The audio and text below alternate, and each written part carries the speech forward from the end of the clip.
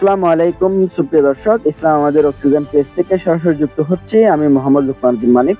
গত 4-5 দিন ধরে অনবরত প্রবল বর্ষণের ফলে আমাদের এলাকার পরিস্থিতি ক্রমশ অবনতির দিকে যাচ্ছে। আপনারা আমার চারপাশে দেখতে পাচ্ছেন, বিস্তীর্ণ এলাকা ইতিমধ্যে প্লাবিত হয়েছে, মানুষের বাড়ি ঘরে পানি ঢুকে পড়েছে। দর্শক, এই দৃশ্য আমাদের মনে করে দিচ্ছে গত 24 সালের সেই ভয়াবহ বন্যার স্মৃতি।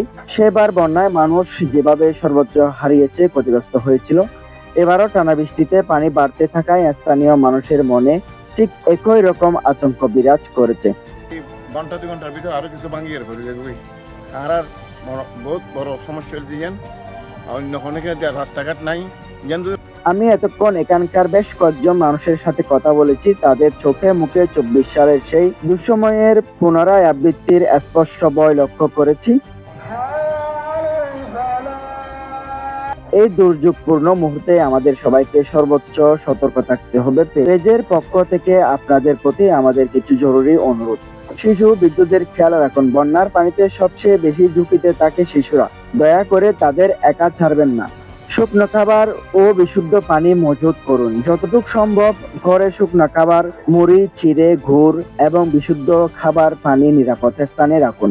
বিদ্যুৎ ও সাপ্লাই লাইনে সতর্ক থাকুন। ঘরের ভেতর পানি ঢুকে পড়লেই মেইন সুইচ বন্ধ রাখুন, যাতে কোনো ধরনের দুর্ঘটনা না ঘটে। আশ্রয় কেন্দ্রে যান।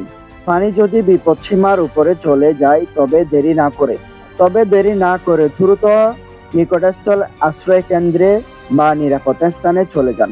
জীবন সবার আগে, মনে রাখবেন। ইসলাম আমাদের বিপদে মানুষের পাশে দাঁড়ানোর শিক্ষা দেয়। এই কঠিন সময়ে আমাদের যাদের সামর্থ্য আছে, তারা সবাই যেন এই পানিবন্দী অসহায় মানুষগুলোর পাশে দাঁড়ায়, সহযোগিতার হাত বাড়িয়ে দিই, একে অপরের খোঁজ খবর রাখি। আমরা মহান আল্লাহর দরবারে দোয়া করি, তিনি যেন আমাদের এই দুর্যোগ থেকে রক্ষা করেন।